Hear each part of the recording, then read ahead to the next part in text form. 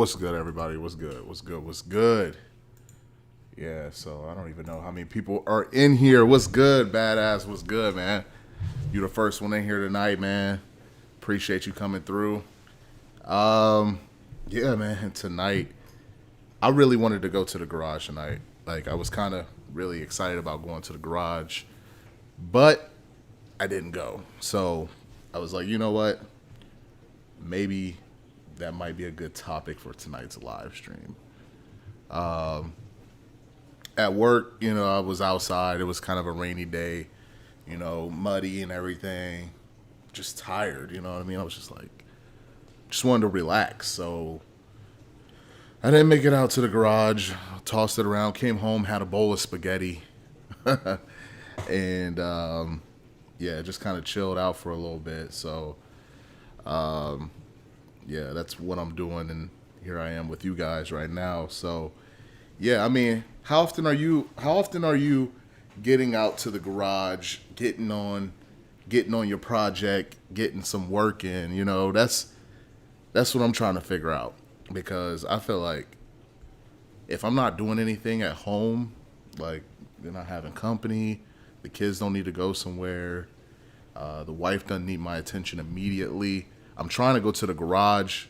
Tonight was one of those nights I was just like, and honestly, doing the live stream, I was just like, I'm gonna at least do that. I'm gonna at least do the live stream tonight. But tonight would have been one of those nights where I just basically just chilled, man. I haven't had a night like that for a while where I just didn't do anything.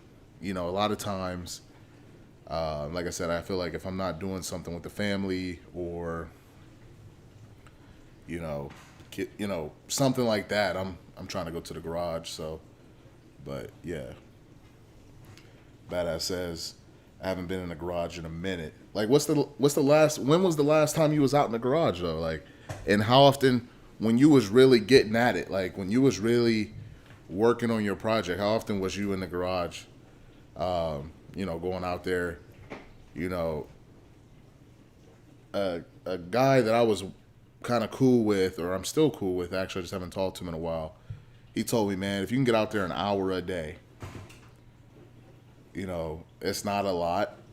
And it's not a chore. It's just, sometimes you be whooped. You be whooped from work. You be whooped from, from, family. You got other things that you have to do that's a more of a priority, you know what I mean, than going out there and playing with, I guess, your toys, so but he said if you can get out there an hour a day, man, you'll make progress. You'll make substantial progress on your builds.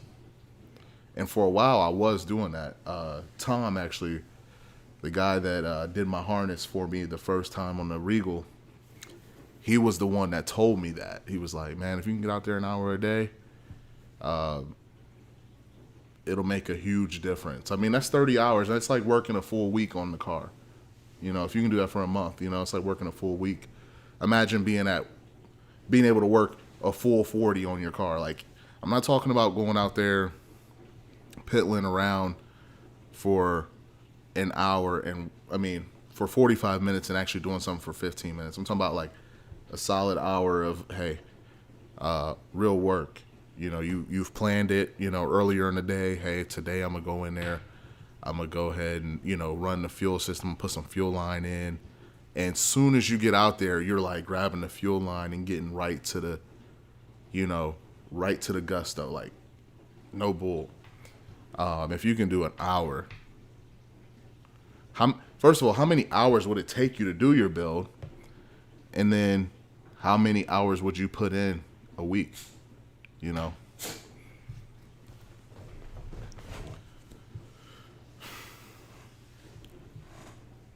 He says, what's crazy is I work at an auto body and restoration shop, so in that aspect, I'm in the shop Monday through Friday. Okay, I feel it. And that might be why it's even harder for you to get in the garage after work, because you're already basically doing that same thing all day. That was kind of one of the things, like, people always ask me, how come you like cars so much? How come you didn't why are you in the electrical trades? Why are you in the electrical trades? Truth be told, I had already worked in the car business for a while. I learned most of my mechanical skills when I was in the military, and it was fun doing it at home, wrenching on my own cars. But I didn't really like the the type of work I was doing in you know, the the dealership environment or the retail environment. I wasn't a huge fan of the way they had me doing things there. Not that they had me doing things wrong or anything. It was just like I was doing a lot of repetitive work. Brakes and tires, brakes and tires, brakes and tires, and it wasn't the cool stuff that I like to do at home. So I got into the electrical trades just to kind of that way when I get home, this is something relaxing. It's not like, okay, I got to do another set of brake and tires when I get home. Because if I got to do brakes and tires, not tires, but if I got to do brakes at home on my own vehicle, I'm not like overly burnt out on it like I used to be.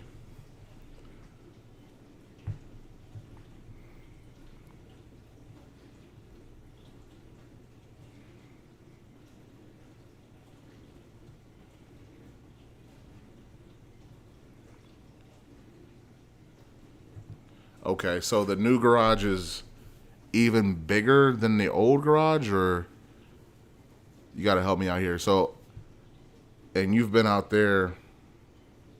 Yeah, I mean, and yeah, it's good money in the electrical field. Yeah.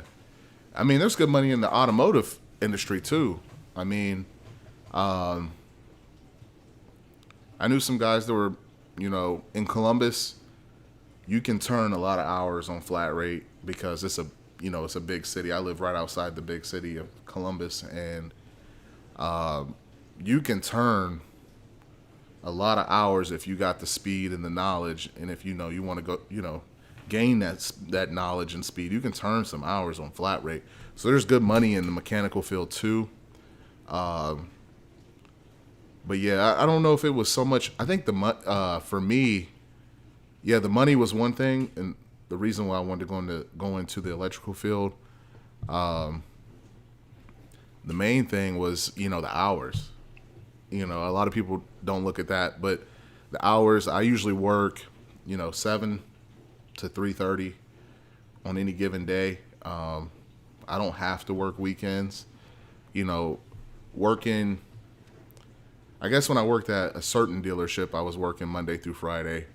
I wasn't making that much money at that point, but I had went into sales for a little while, and I was working every weekend. Saturday, pretty much Saturday, every Saturday I had to work, and I had to close a couple nights, and I kind of got tired of that.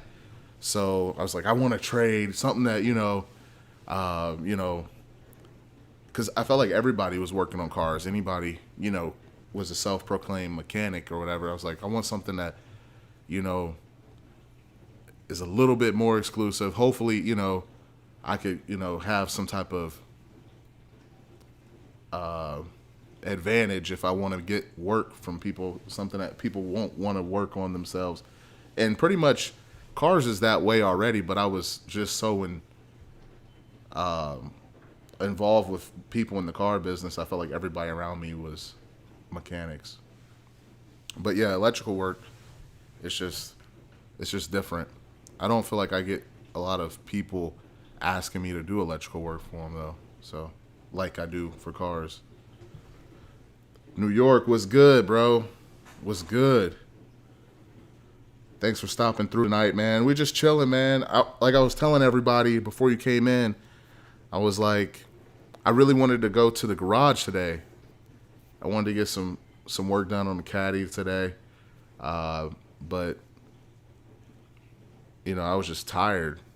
I worked pretty. And the crazy thing about today at work, it wasn't even a crazy busy day. It was just rainy, and the boots were really heavy today, and I was outside, of course. I mean, it wasn't a big deal.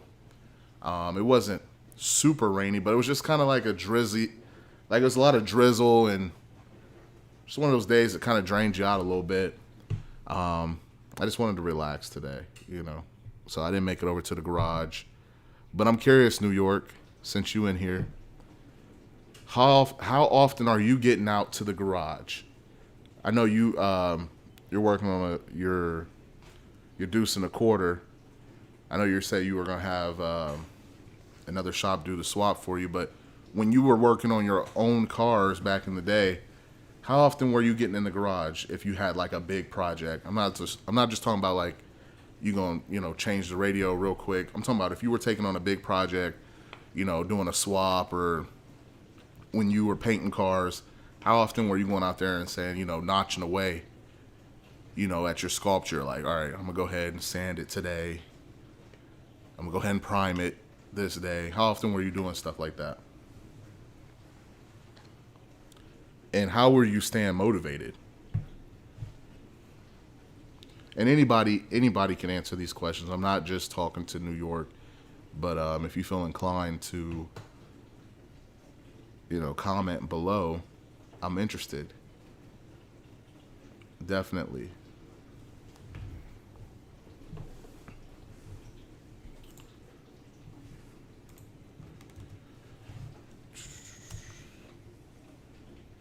I've been looking at some different F body cars because obviously, we got the Trans Am. A lot of Camaros. I feel like I see way more Camaro builds. I mean, it's not like I feel that way, but it is that way. I see way more Camaros. So I've been looking at a lot of Camaros lately. I like the stance. I like the car to sit a little low, a little like a little sportier look with a lower profile tire, but with some meat on it at the same time. I don't want need it to be like rubber bands. I've been looking at a lot of Camaros and Trans Ams and Firebirds. All right, bro.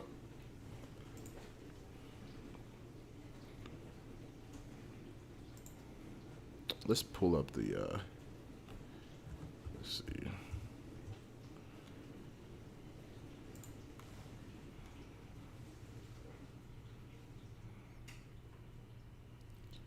All right, so this is kind of like what I've been seeing lately.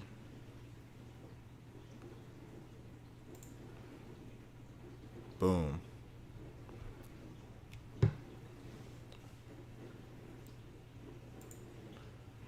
Yeah, so pro touring. I've been looking at a lot of Camaros. This is like when you type in F body, you're gonna see Camaro because it's the Chevy, right?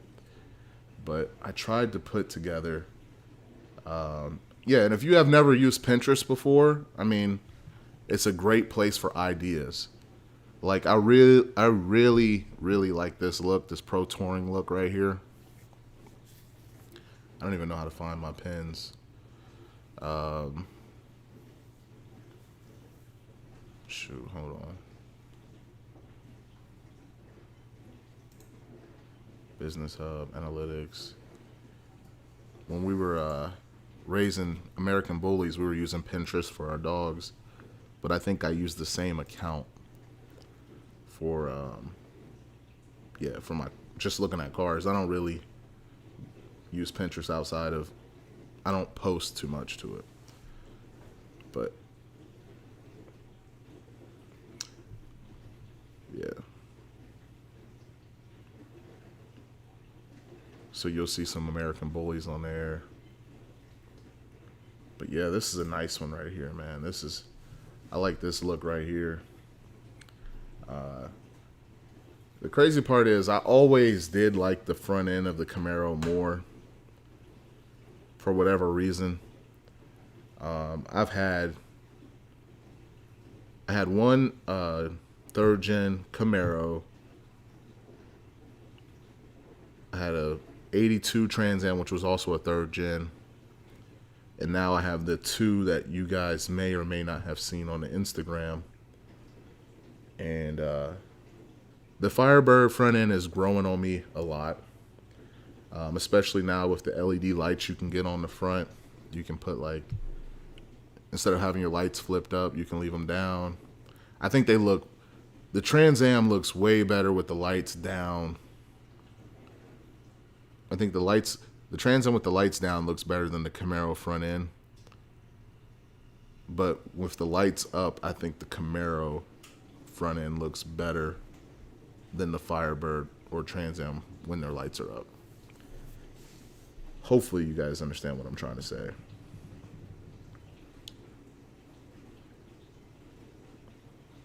Like, I might just get some really bright fog lights. Let me see. Unfortunately, the best way to find nice Trans Ams is just to type in GTA. Yeah. The GTAs.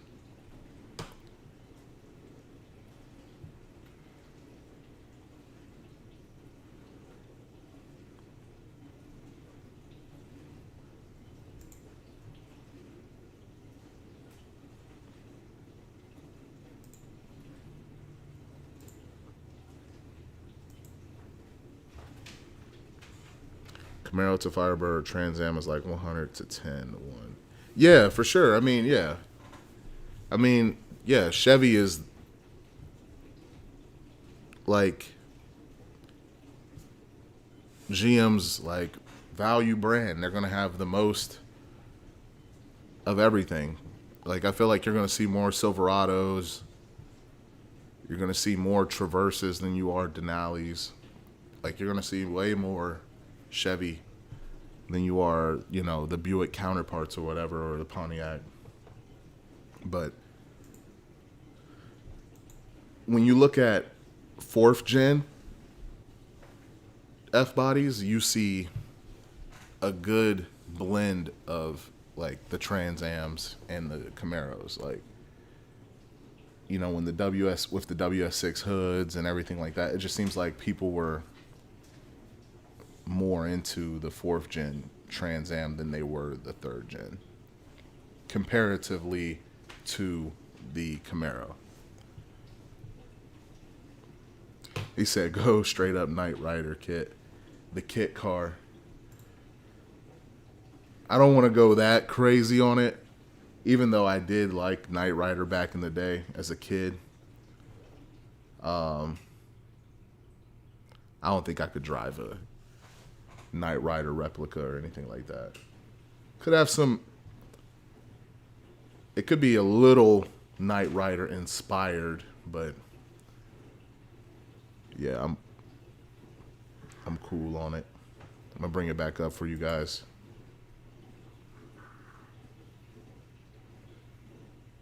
Window capture, boom. So I'm kind of back and forth on, and I know we're a long ways away from wheels and tires, but I think once we dive in on the Trans Am, it's gonna go fairly quick. Like, I feel, and I'm just thinking in my mind, like, the swap, because I am gonna do, a LQ4, like a not an LQ4, but like a 5.3 or a 4.8, more likely a 4.8 because I have a few of them on deck. It should be pretty straightforward, as most of the swaps are, but it's already got a Chevy, so just be, 1, 2, 3. It should be pretty simple. Adapter plates.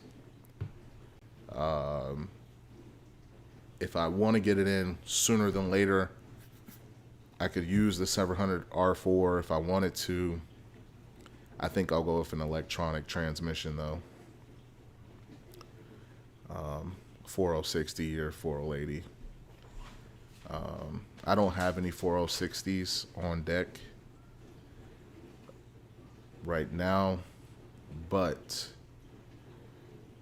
I might go that route anyway. It's just because it's smaller, and with the 4.8 already being the smaller engine, I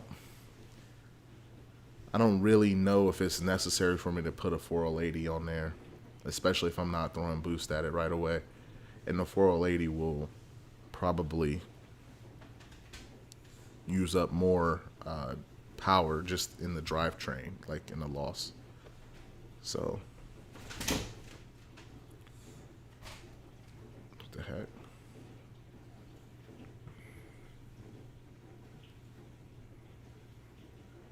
So one of the things that I always look up, like when I'm doing the swaps, is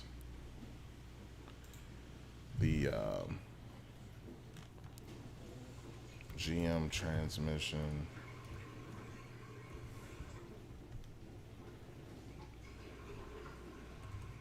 sizes. Like this little chart right here, I look at it because I know that the Trans Am already has a 700 R4 in it, right?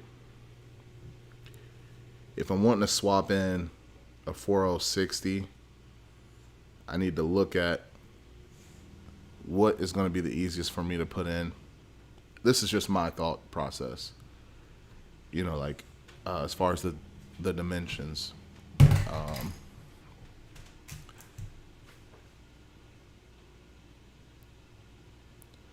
It looks like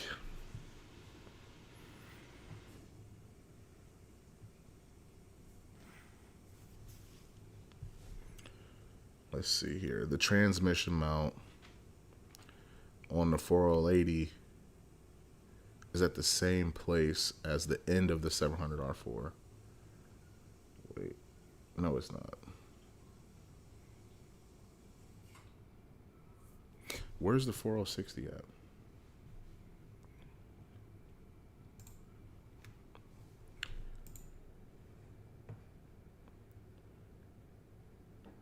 And I know that the TH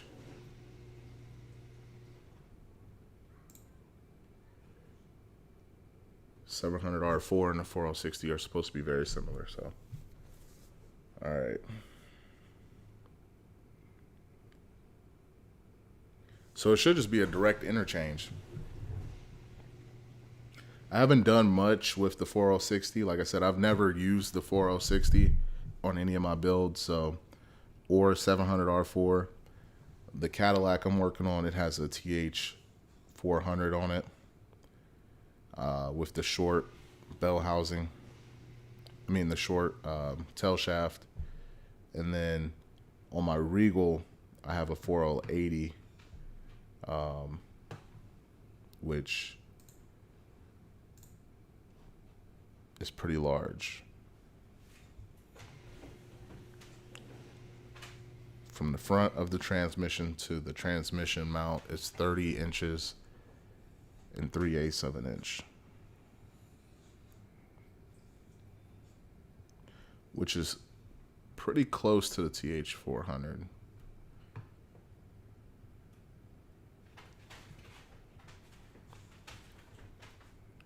But yeah, looks like I should be able to go ahead and just directly swap out the TH 700R4 for the 4060.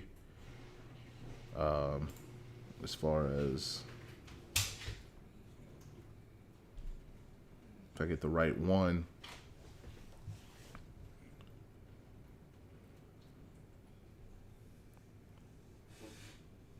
Yeah, if any of you guys have done a 700R4 swap for 4060, feel free to chime in.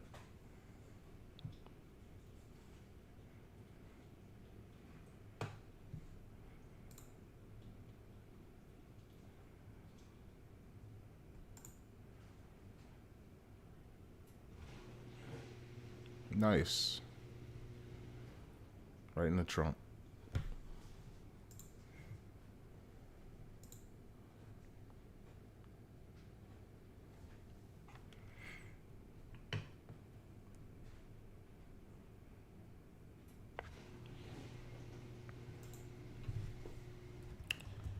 I've also looked at these wheels at Jegs.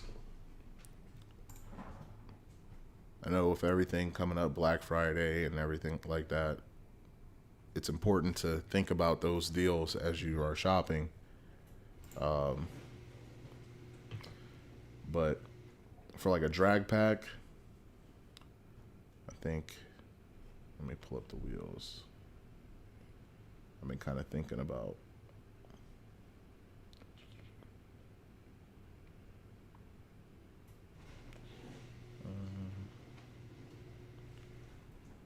Where are the wheels at? wheels and tires.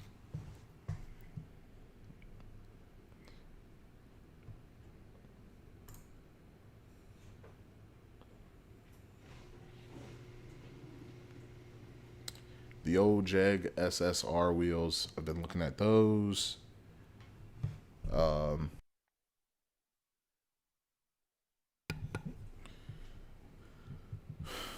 I've been looking at, where are the other ones at, the 5 stars? I've always liked these. Just the plain old 5-star wheels for like a drag pack.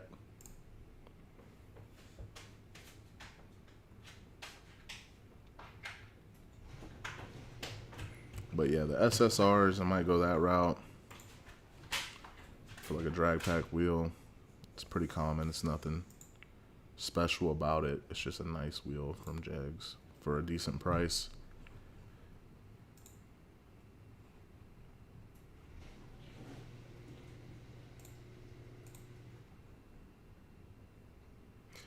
I don't like the machine look though. Like if it was just all black, that would be cool. I'm really not a big fan of the front wheel.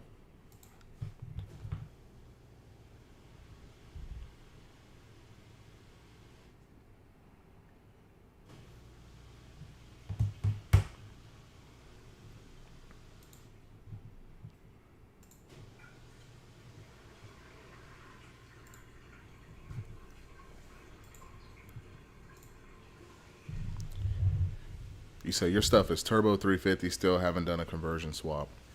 And I like the turbo 350 too. On the Delta, I was planning on using the turbo 350. I think the Delta had a TH 250, I want to say. TH 250. It's like it's a random transmission.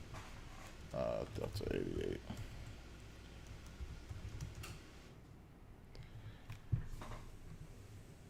What do they call it?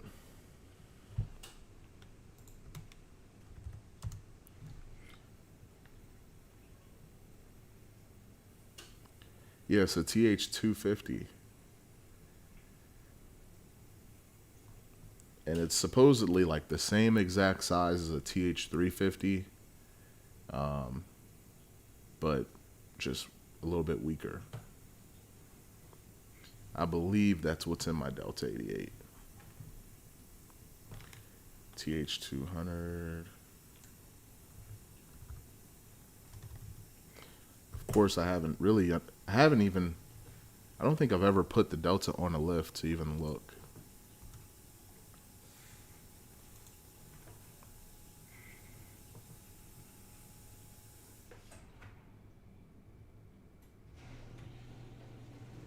Yeah, so you say you got a TCI Street Fighter brand new unit for mine.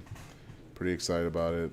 The old TH250 and the TH200 are just like way weaker built. Yeah, so that's what I was reading about it. So I figured I would go for 350 on the Delta because I was able to get a pretty good deal on one from one of my neighbors. So if it's good, I'm gonna put it in. If it's good, it'll work. If it's not good, I'm guessing it won't work. So I'm kind of going that way with it. But the other Delta, it has overdrive. I believe it's the 200 4R. It does have a kickdown cable. These are all opportunities for me to get better, right?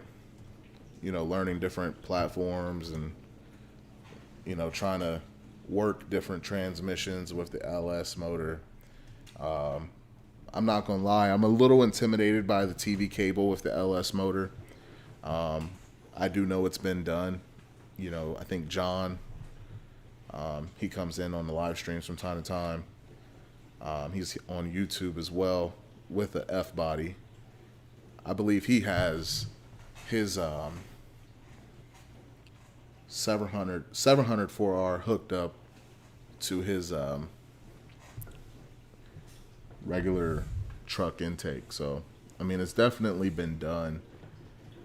So, I don't know. I might just have to challenge myself and make, try to get these things to work, because if you go out every time and, you know, have to get the right transmission and all this stuff, then you might as well make it a little bit of a, like, I pride myself on doing like trying to build like a budget build car.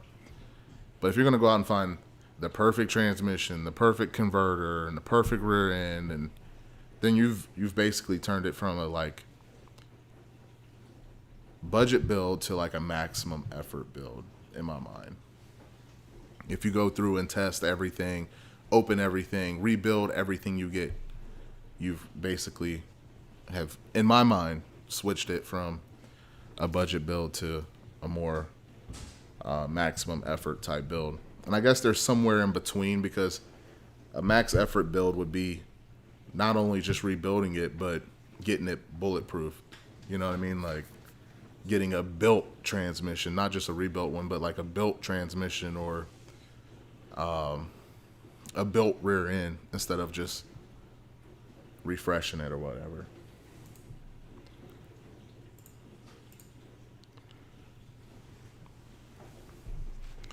I mocked up the bracket for my kickdown cable since my swap is to EFI. The bracketry is all different, and the cable actually interferes with the fuel rail.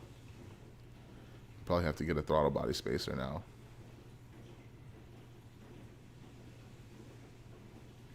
Yeah, so yeah, and then once you've went east, I mean, it's like you gotta keep going that way, or you've wasted the money that and the time that you've put towards making certain parts max effort.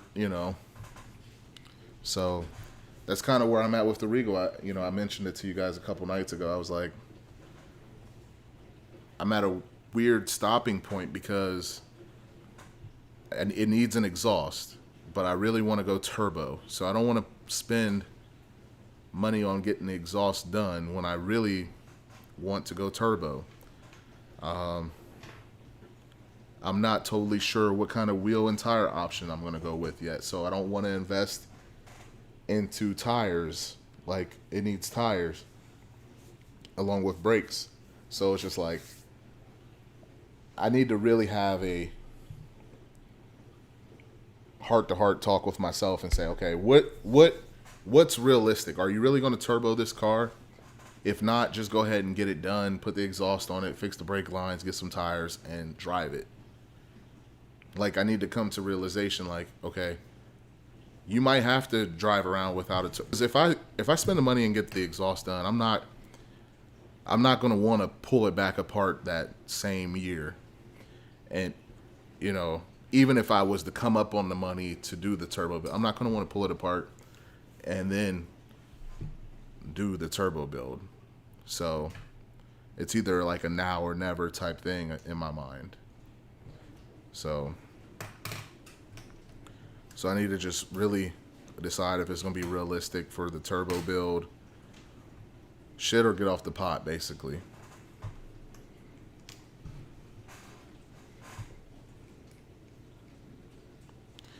Yeah, I think, yeah, exactly. Fun driver status is really where I want to be. I just don't know if I want to be there with that car, because I've already went with the 4080. I've already went with the G-Force Crossmember. I already have the fuel pressure regulator, and I've already decided I'm going to go from column shifter to floor shifter. I've already made little certain things. I've already made little modifications that kind of put it more in the performance side for me in my mind. Versus with like the Delta, I was just going to do the TH350 that I got for a good deal, slap it in A, try to keep AC and heat, of course, and just have like a fun daily driver. That's kind of my thought process with the Delta. Like, hey, this is going to be just a fun driver, not fully a race car. Not going to be. No one else is going to think it's a race car. It would just be a fun, sweet car to drive. And the Regal, it has the potential that it could be, a race car. It's a G body. It's a smaller platform. I've already done the AC delete, the heater box delete, so it's well on its way to potentially, be in that turbo car. So I don't want to keep going. I don't want to turn it down now. Like, we've already kind of made some of those no looking back moves now, like deleting AC and deleting the heater core, and I might as well continue going that direction with it. So, unfortunately for the channel, it's like, when are you going to complete the build? And it's like, the way I want to build it, it's not going to be anytime soon. The way I want to build it. I can see myself slapping together the Delta real quick and easy, no cam, just a nice fun driver. I can see myself doing that. We've already cammed the Regal, new lifters. We got the oil pan so we can lower it. It's just already halfway there. I'm already committed.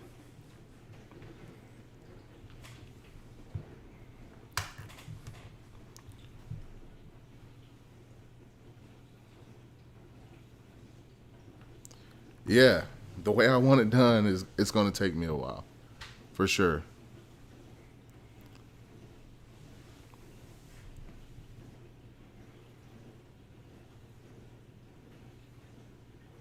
Yep, and I mean, if I wasn't so distracted, I'm trying to do all these other builds. Maybe I could just sit down for a minute and say, "Hey, look, guys, it's going to be a little minute. I'm going to save up for this turbo kit. Or maybe we're going to build a turbo kit together on the channel."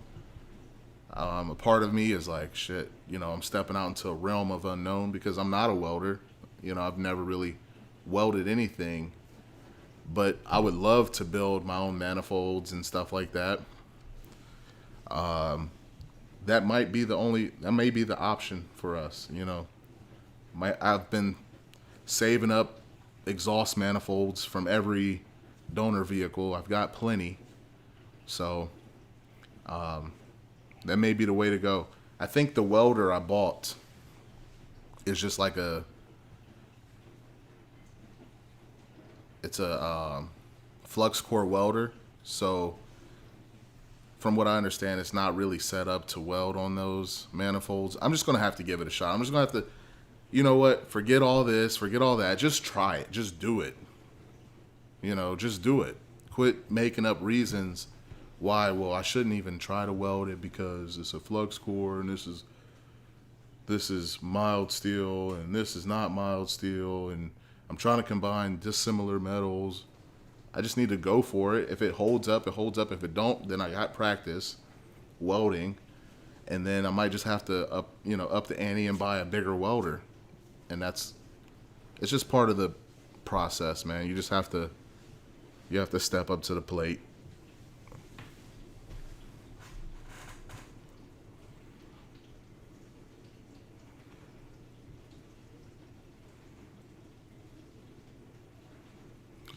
Yep.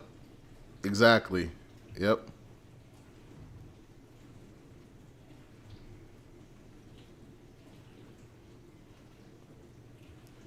Yeah, I think about that at work too. Like, even though I'm in the electrical trades industry, we do a lot of different different kinds of building and constructing and different things like that, and just getting more familiar with my tools, and it all helps and translates over to what I'm doing in the shop. Just getting more familiar with the electrical side, reading the prints and different things like that. That all helps. And what I'm doing in the shop actually helps me out here as well.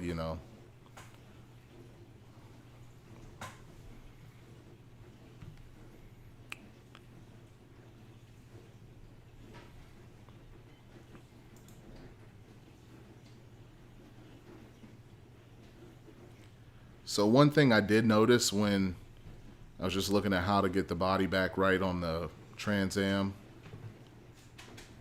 is the parts. The parts are pretty expensive. The parts are pretty expensive for the Trans Am. Like the spoiler, like if you want another, because it's got the GTA spoiler on it.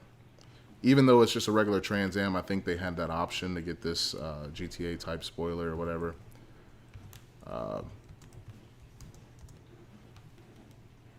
They're like $600, but they look really good though. Let me show you guys. I'm like, well, we might be going without a spoiler for a while. We might do a spoiler delete because the one that's on the car, it's like rubber and it's like falling off and everything like that. But it's supposed to look like this. It's supposed to look like this.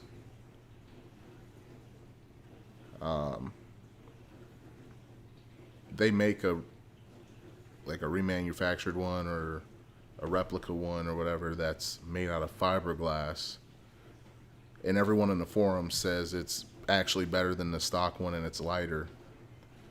But it's like $500. Yeah, $479. So for a minute, we might go without a spoiler. We're not going to let that hold us back. But in the midst of getting it ready mechanically and getting the body straight, I'm not going to let the spoiler hold us back from just having a nice thrash car. Like, I think this car is going to be a nice thrash car. It's just going to be a fun car. This is going to be a fun driver. Yeah, fun driver. And I'm really digging the honeycomb type wheels, so might go that direction on the wheels. I don't know. Also, don't want it to look completely stock either. So I like those wheels, but I don't really want it to look completely stock. We'll see.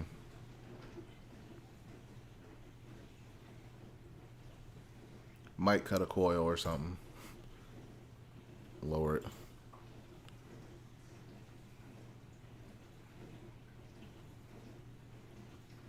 Oh man, y'all didn't even see it?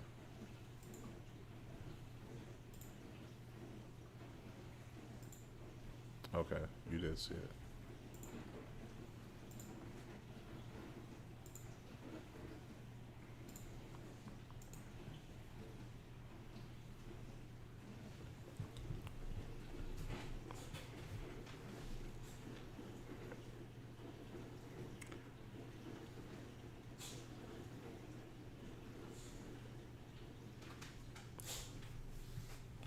Trans Am spoiler, every generation of Camaro is the most expensive spoiler.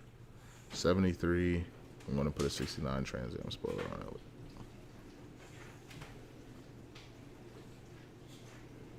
All right, I'm going to pull the wheels up real quick that you sent me.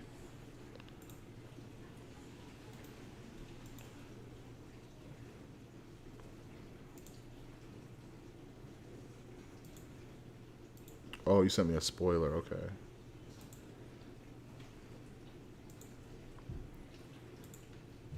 Yeah, that is a pretty big spoiler right there.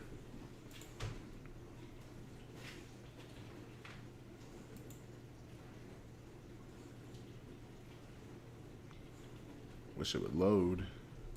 Let's see if I can pull it out. And see, that's not a bad price right there. But 69, the 69 stuff it's got a huge market right now. And it seems like it's always going to have the bigger market. Like, it's hard for me to even find floor pans. Like,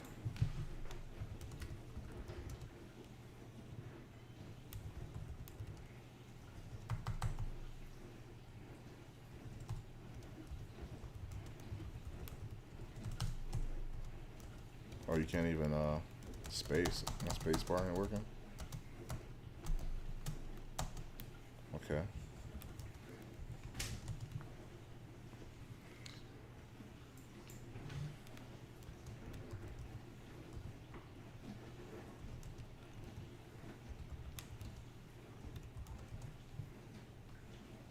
So sometimes I'll just search under Camaro because it's pretty much the same stuff. But like if you're looking for like an 82 to 92, it's not that easy to find the floor pans. It's like almost every other year they have it. Like whole floors. And I get it. You know, the third gen was kind of like the people call it the turd gen and stuff like that, but it's really difficult.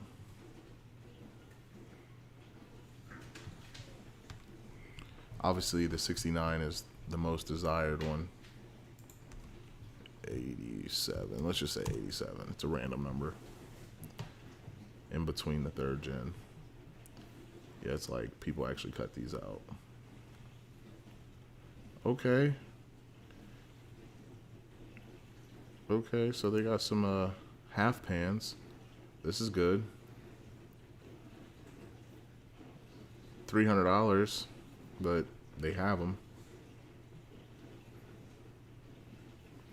All right.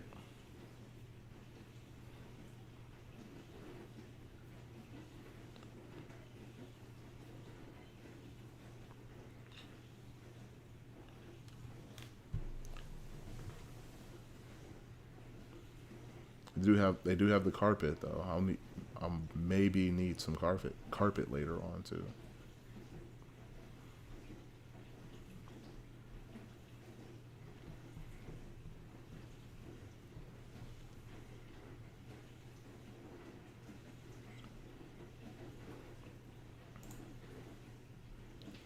$300.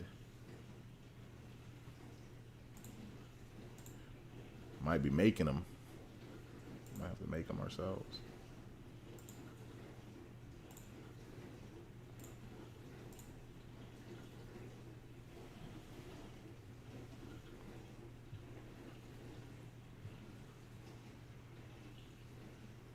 $527.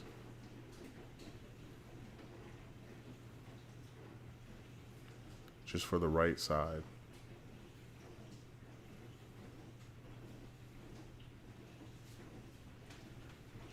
Yeah. It's crazy.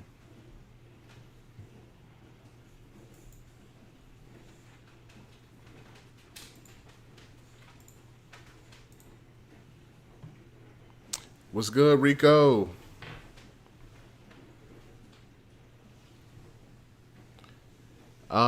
We're looking at some F body parts, man. Yeah, I bought a third gen Trans Am. So, just kind of brainstorming on what the parts look like and different things like that. And the prices. I know for sure I may have to do floors on one of them. Yep. How's everything going your way, Rico?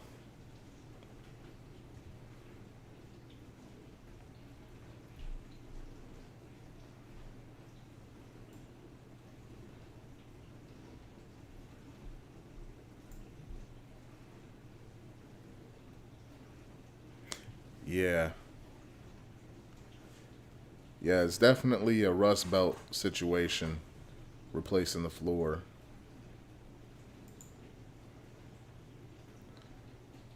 Yeah, I like these.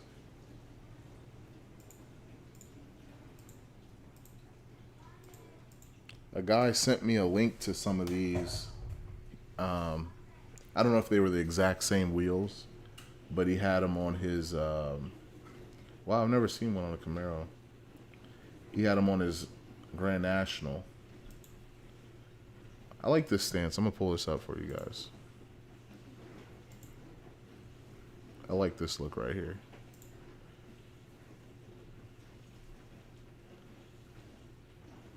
Looks like he went staggered on it too. Like maybe he did a bigger tire on the back and a smaller one on the front. It's not a bad look. Like this guy looks like he did pretty much the same all the way around.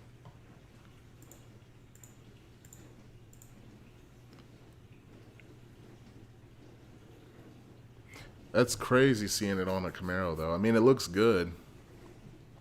It just seems like it's more of a, Trans Am wheel because of the GTAs or whatever. But it looks good on the Camaro. It's just like I would, at first, if I seen some IROX on a Trans Am or a Firebird, I would kind of be set. I would kind of be thrown off a little bit because it's not, traditionally the IROC wheel is like a Chevy thing. But I've seen them look good on Regals and S10s, and well, that's a Chevy as well, but like the Buick and stuff like that.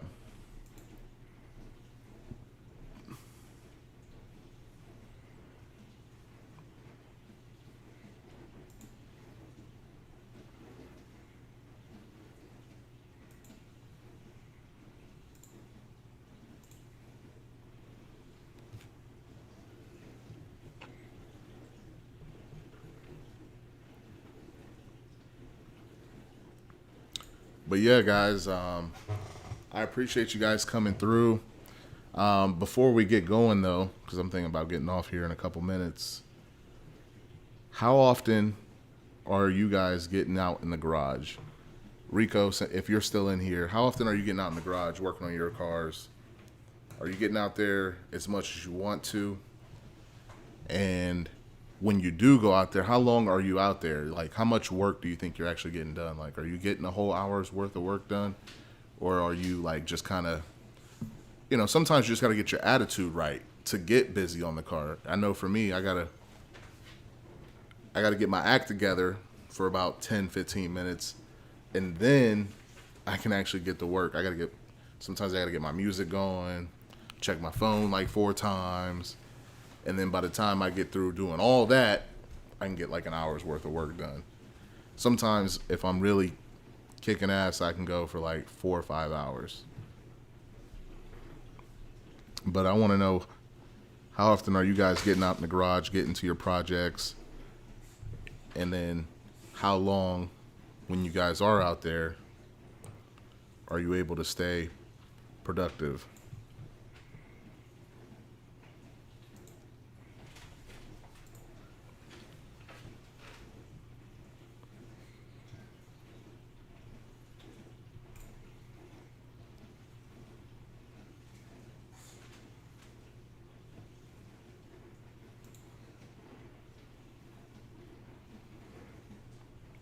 Dang.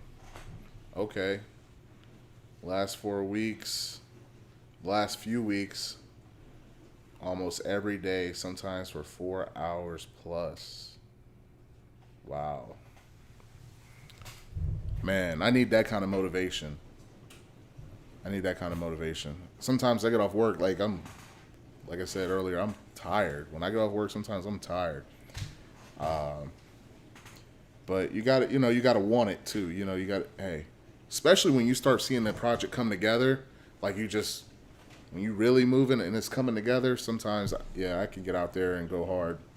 I remember those last winter when I was working on the Regal, it was like, all right, I got the drive shaft. I want to go out there. I want to put that in. Then it was like, all right, we got the fuel system. Okay, we got it. We were able to hear the engine run. Okay. I was getting sparks of excitement. There was things happening. And since I'm kind of not hitting any milestones like that of my own, I've kind of been stagnant. I'm working on the Cadillac, but it's just a little bit different, But we got to get that done. I'll be really excited when I get that done, so I can get that same motivation I had back in the day when we were on the Regal, because that was a whole vibe. That was a whole vibe. When you start seeing stuff come together, and you got the parts there to put it on, because sometimes you just got to wait on parts, and that'll slow you down. You got to wait on the money. You got to wait on something else. But when you got the parts and you got the time, it's, around here it's getting dark early, so you're not doing a whole bunch. So if you can get out there in the garage, You can get active for about 3 hours if you really want to, and then turn around and it's only 9 o'clock, which that's not terrible. What's good, John? What's good, Goldie? How often are y'all getting in the garage? How often are you guys putting some time in on your projects or your builds? I'm trying to figure out like because I skipped out today. I was supposed to go out to the garage. I was supposed to go work on the Cadillac, finish the swap, but I skipped out today. I was a little tired, but I decided to do the live today. But how often are y'all going out there, and then how long? How long are y'all getting to it? You know, when you do go out there. John, Rico, Goldie.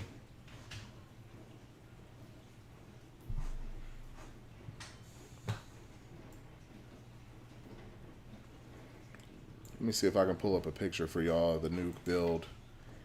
It's not the new build, but it's the new car. Let me see. I'm sure John has already seen it. I already sent the picture to John. But everybody on YouTube hasn't seen it yet. I might do a walk around. I might need to do a walk around video for y'all. My computer's acting up.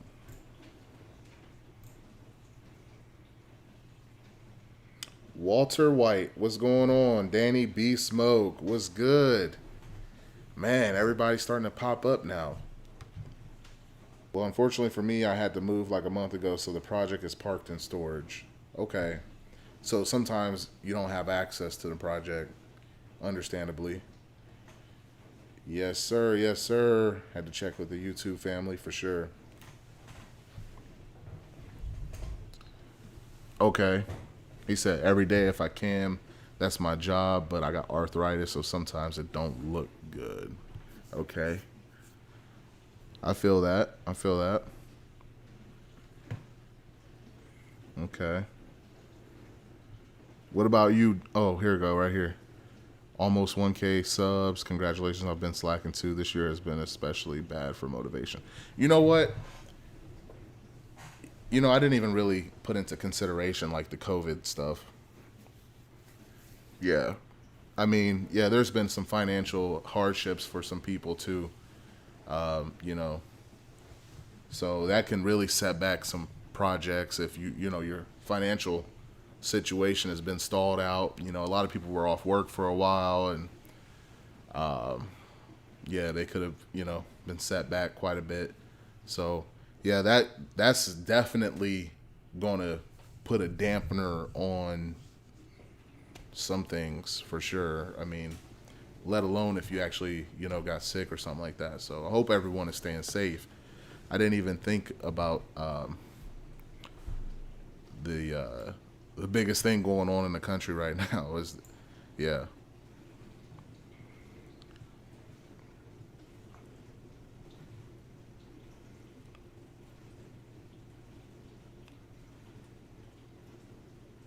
Okay. John says, I tinker on things at least once per week. Finding the ambition to start working is hard, but I will work until dark once I get going. Yeah, that's kind of how I am. I got to get my motivation. I got to get the, sometimes for me, I got to get the music blaring. I got to talk to my neighbor. I got to check Facebook 3 times. I got to look at YouTube. All right. Look up what I'm trying to work on. Okay. All right. Now I'm ready to work. Okay. Now I'm making progress. And then I usually, you know, go hard after that for, you know, an hour, 2 hours.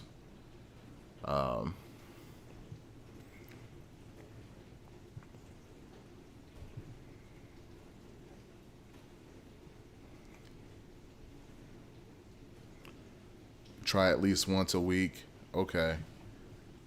All right. So you guys do have nights where you come home and you, you know, just kind of chill every once in a while. Like, you know, you might come home one night and just kind of, or maybe a couple nights a week where you just come home and there is nothing extra going on. No homework, no field trips, no sports, you know, with the kids or anything like that.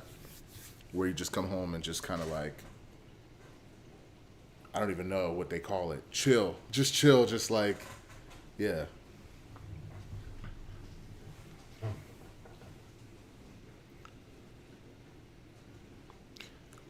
That's the key word right there, Rico. You can go all day if things go the way you plan. Plan. I don't. I'm not really good at making plans. Even with like going live, like I like to go, you know, off the hip. Like I'll make a topic, like literally, I'll type in the topic as I'm setting up the live stream, like, and I'll come up with the topic as I'm setting up the live stream, like, how often are you going out to the garage? I thought of that because I didn't go out to the garage today. So yeah, planning is huge.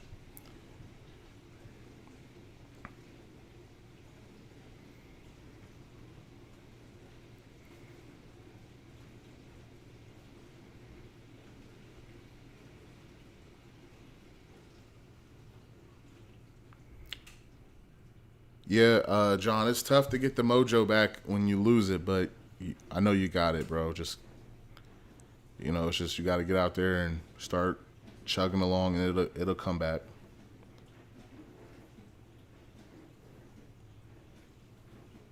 When I'm finally feel like I'm making progress, I hit a bump, I fall off. Yeah, Goldie, it'll be like that sometimes, and you just got to keep pushing through, or look at a different part of the car, start working on a different part of the car, or you can stay persistent on that. Whatever works better for you.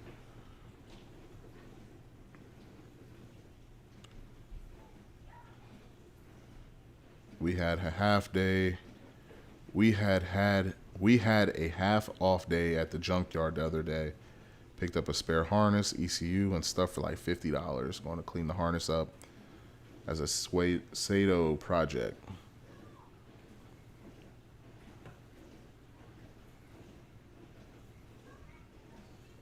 Yeah, that'd be cool. That'd be cool. Just reworking the harness. I mean, if you got it for $50, there's nothing wrong with just learning and playing around with the harness. And for $50, you can't get them that cheap normally. So it's a good learning experience, or just good practice for whatever reason, or for the next swap. Okay, so you work in the mornings. Danny B Smoke said you be out there in the morning. Yeah, I've never tried to get out there before work. I usually got to be at work pretty early, so yeah, I've been listening to some podcasts, and people say they go out, they'll get up early and do their recording. Like if they do videos, some people, like most of us in here that make videos, we have to be out with the car and do our videos. I usually don't get out to the garage in the morning, but some of the people are like, the only time I get, when the kids are asleep or whatever, is in the morning, and they get up extra early and they do their videos and their reviews early in the morning. So yeah, that's pretty cool. Nobody wants to work after work. That's how it be. But when you, like you said, when you out there making progress, and you left off at a good stopping point, you're like, man, I can't wait to get back out there. I'm almost there. I'm almost here. I'm almost at a milestone. I got two more fittings to put in, and I'm gonna have fuel. Yeah, that's a good place to be.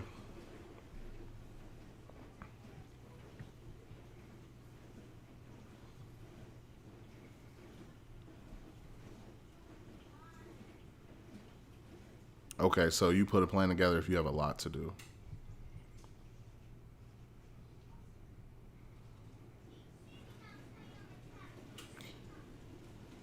Okay. Says I'm bad at putting other people first. Unfortunately, I put myself in projects as a secondary priority after work and helping family, but I'm always down to wrench on stuff and be creative if I have time. Yeah, a buddy, not really, a mutual friend hit me up. He just got his vehicle, his Jeep, back, and it's kind of finished, kind of not finished. It's a LS swap Cherokee. And I just met this guy. I don't really know him that well, but he was asking me questions about it. Maybe he wants me to finish it. I don't know, but Of course, I'm like, yeah, man, when you want me to look at it? Knowing I got my own projects, like knowing that like I need to be putting time away for my own stuff. Like I'm already like, yeah, man, when you want me to look at it? So I need to think about that before I start talking to people about their projects. Like, man, it may be a few months, bro. It may be a few months. But who knows? Once I get out there and start getting motivated and I can start putting stuff away and getting stuff done, I can give a more realistic timeline. I got to treat it more like sometimes you got to treat your stuff like it's a if you want it to get done, sometimes you got to treat it like a business. Like I need to put 8 hours into my project every week. If you really want to get it done, and I know 8 hours may not sound like a lot, but you know, maybe 2 hours here, 2 hours there, 4 hours on the weekend. I mean, real work. So you might do 2 hours during the week on Monday, probably not Monday. It's usually a long day. But say like 2 hours on Tuesday of work, 2 hours on Wednesday. Let's just say you go hard Tuesday and Wednesday. You take Thursday and Friday off from your project. You know what? Sometimes I get really excited on Fridays and I want to go right to the garage. So like let's say we go there on Friday. So we do another two, maybe might even do 3 hours on a Friday after work. I'm usually hyped because I don't have to go to bed early. I know I can sleep in on Saturday. So, but you got to set, I think I'm going to have to start doing that. Like, hey, I'm going to set an 8 hour minimal over for the garage. Oh, you got the HOA. I was in that situation. That's why I'm in the garage now. Yeah, the HOA, man, they're the whole time. And, the whole time that was my gripe when I was here at the house. It's like, man, I can't even start my car to diag it. It's too loud, da da da. And now I'm not even over there at the garage working on it. So, but yeah, I know your pain on the HOA stuff.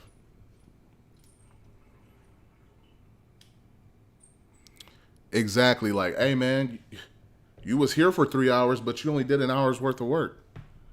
You got to do 2 hours. Don't be over there talking to the neighbor, checking Facebook. I understand if you got to look up a video to, understand what you're doing or something. You got to look at something to reference. And I can get sucked down that rabbit hole real quick. Like, oh, shoot. I'm looking up something and then LS Guru or drop a video or LS Chevy Rider or John or somebody, I'm like 20 minutes later, I'm all right, let me do my video. Or New York is on live. Anything but get work done, right? You're like, oh, okay, cool. You'll watch this whole live and then, all right, let me try to get something done after I've been here for 2 hours.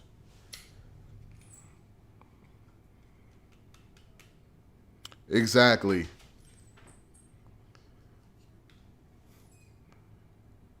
They have a spend 15 minutes on it motto. I'm going to have to check them out a little bit more. I'm going to have to check them.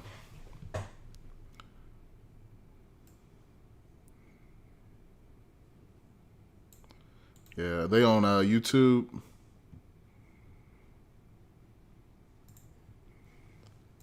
Because I'm definitely about that F body life right now. G body life, F body life, B body life. That's it. That's it. Really.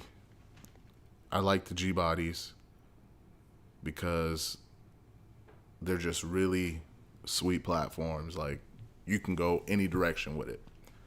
The F body is just an American race car, really. It's just like a muscle car, the F body.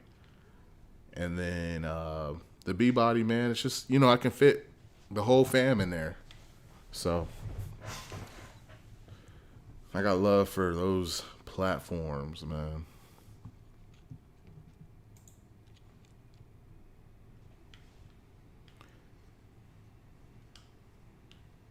He said, I can be honest, if they drop a video, I'm only listening when I'm working. Most of the time I'm listening or watching something on what I'm working on at the time. Mainly Facebook and Instagram, some YouTube videos on member channels. They have a lot of LS swaps. Yeah, I'll watch Like I might start off watching an LS Guru video of him like troubleshooting an issue or something because I might run into that same issue, and then I'll end up going down the rabbit hole of watching something else. But usually it starts off with just trying to fix something, or I get a notification. It's like YouTube knows that I'm also unproductive at Friday at like 5 o'clock, so they start sending me notifications. They're like, "Hey, you're at the garage. You like to watch YouTube videos here." It's like they know, and they send them notifications over. Or maybe people just start. That must be a good time to drop videos. That might be a good time to drop videos. If you a content creator, it might be a good time to drop videos on Fridays, Friday evenings. Because I definitely got time to watch them then.